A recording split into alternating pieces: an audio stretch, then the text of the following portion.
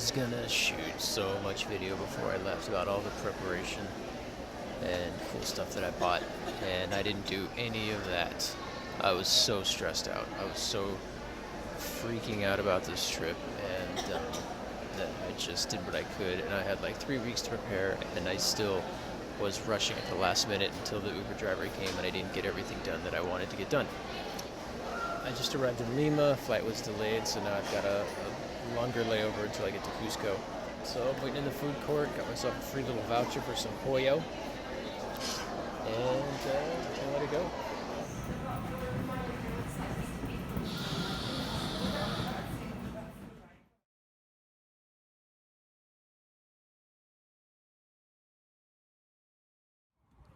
What's up, everybody? Just landed in Cusco. I think I'm gonna like this place. It's already drizzling. It's in a valley. It's 11,000 feet up, and that's in a valley. So I guess the mountains around are 13. Okay, I'm breathing hard. Yeah, this is high. I've been here for about 30 seconds, and I really like it. I'm looking forward to this for sure. This is a really cool-looking town, and all the culture shock that I experienced in Mexico. I don't have that because I've already done that. What time is it? Midnight? Yeah, 12. It's 12:30 right now. Alright, see if we can catch some Peruvian security. There's a man down here with a whistle. And there it is. And he blows that at night sometimes. And then the dogs follow him like the Pied Piper, barking, barking, barking. When they're not barking at him, they're aggressively confronting people who kick at them and shoo them away. And somehow they call this security. And he'll walk all around this park that you can't really see right now. 2 in the morning, midnight, 4 in the morning. Alright. See these little jerks? As soon as I open these bars, they might be coming at me, so we'll see how this goes. Game on, bitches.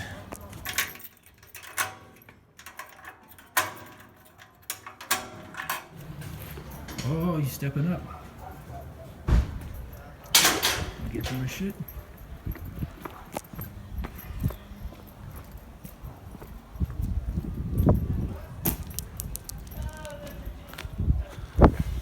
Yeah, not today.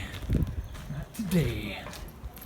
Alright, up here, seemingly kind of in the middle of nowhere, so it seems, and people just build into the side of the mountain. It's pretty cool, but there's still some public works stuff. Here's a basketball court, soccer court, way up here, the side of the mountain. It's kind of crazy.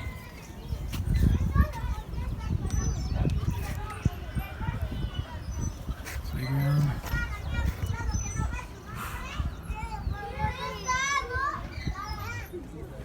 All right, here I am with the big white cheeses.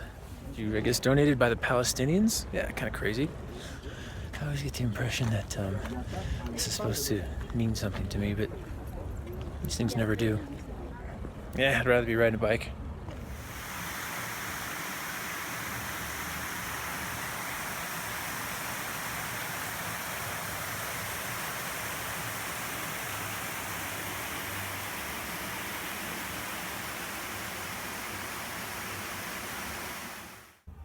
In the quiet sandblast Temple Square.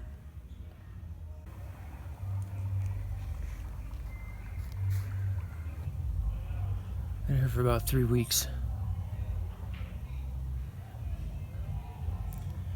Everything feels like it's either falling apart or building, but it never feels like it's destroyed or built.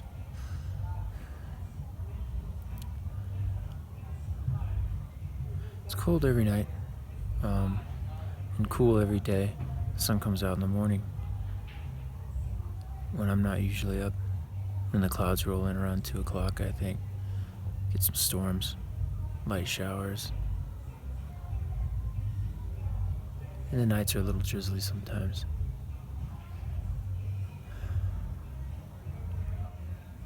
It's trash night. So the dogs will be hyper tonight, chasing each other, digging through the garbage, because when it's trash night, it means you throw your trash on the street. And what the dogs don't eat, the trash men come and pick up. It only seems absolutely crazy the first time you see it. And then it just is kind of the way things are.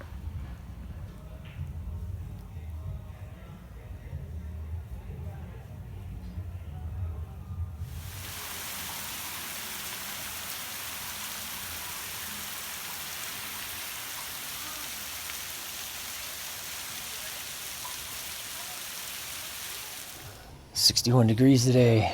It's chilly, it's rainy, it's what this place does every day. Usually there's a sunny time and then a rainy time. And today it's just a rainy time, and some days it's just a sunny time. I haven't seen anything. I've been in this town for a month, and I have not even gone to Machu Picchu, which is like probably the biggest tourist attraction in South America. Why haven't I gone? I just get up each day and then don't go. That's pretty much what I do. But I do spend a lot of time at this coffee shop, which I'd like to show you.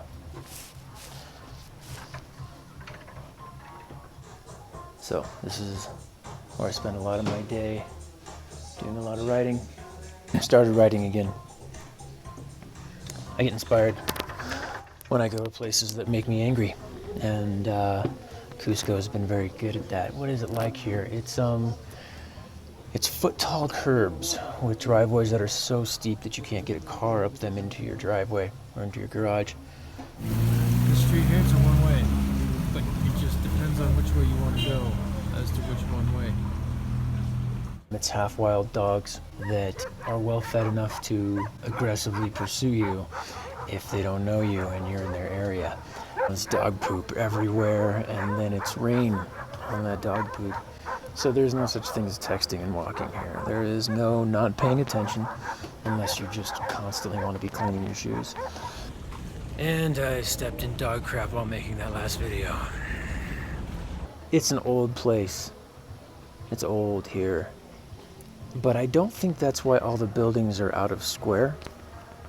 And I don't think that's necessarily why there are gaps in everything, including all the doors. It makes me feel like I am not in a safe place when I'm surrounded by engineering that leaves a lot to be desired from, I guess, from a Western sense.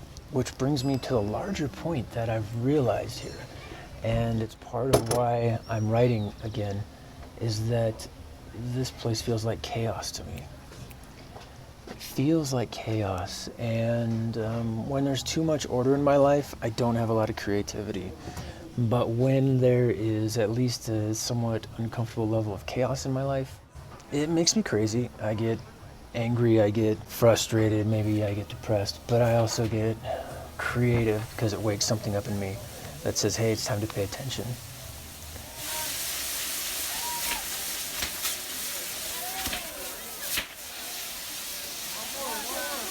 I don't know the rest of Peru. I haven't been and seen it, but I am leaving tomorrow, getting on a plane to go to central Peru, where I was expecting more chaos.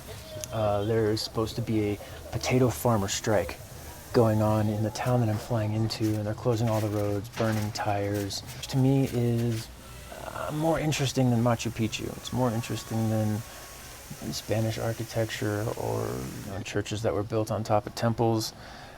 You know, that stuff all has its place, and I've been into some cathedrals, and I've been into some things that I'm supposed to be interested in that they just don't do it for me. So I'm kind of learning while I'm traveling to not force myself to be interested in things that just don't interest me. It just doesn't turn out well. There's never much of a payoff for that. But it was certainly going to be a situation where I was going to get off a plane.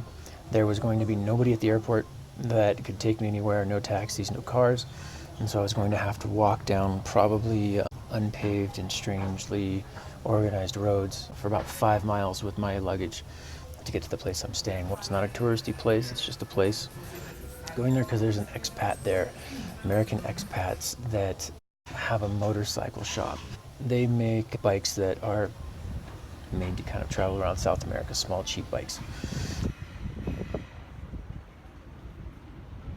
So what am I excited about? I'm excited about a motorcycle. I'm excited about having the freedom to go places however I want, not worrying about buses and time schedules.